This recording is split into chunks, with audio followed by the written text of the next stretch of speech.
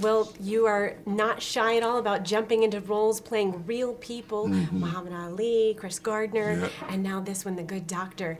Is there a special formula for playing a real person, or does each require a unique approach? You know, it's really interesting, and the beauty of my job is a character or a real person it's very similar. You know, it comes down to a basic comprehension of the psychology, and I usually start with what a person wants.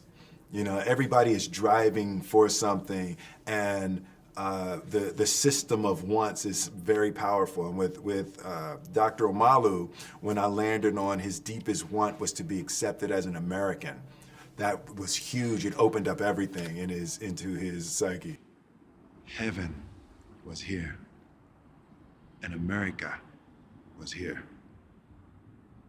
You could be anything, you could do anything. I am the wrong person to have discovered this. If you don't speak for them, who will?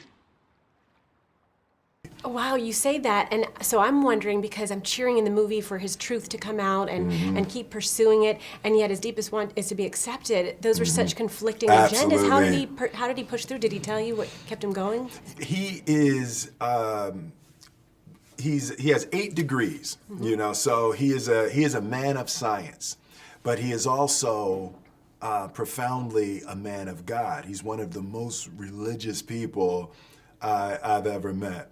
So he found himself reconciling those two things around the concept of truth, that science is looking for the truth and religion is looking for the truth. So this became something that all of the parts of him were in sync with, that we have to tell the truth and we have to know the truth. And his faith really carried him through this, the process of the, you know, almost biblical proportions that of resistance he experienced. I see. Now, I do know that you're an Eagles fan. That's what I've heard. Absolutely. And so I'm guessing that in your time you've come across some different players, coaches, maybe you've become friends with some, I don't know, but have you gotten any feedback from them, whether they've seen it or heard about it?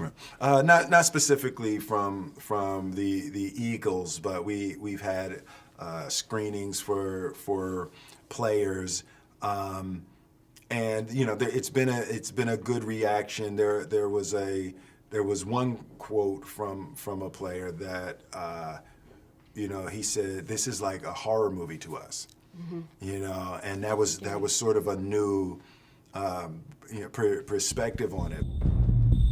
I found a disease that no one has ever seen. Repetitive head trauma chokes the brain.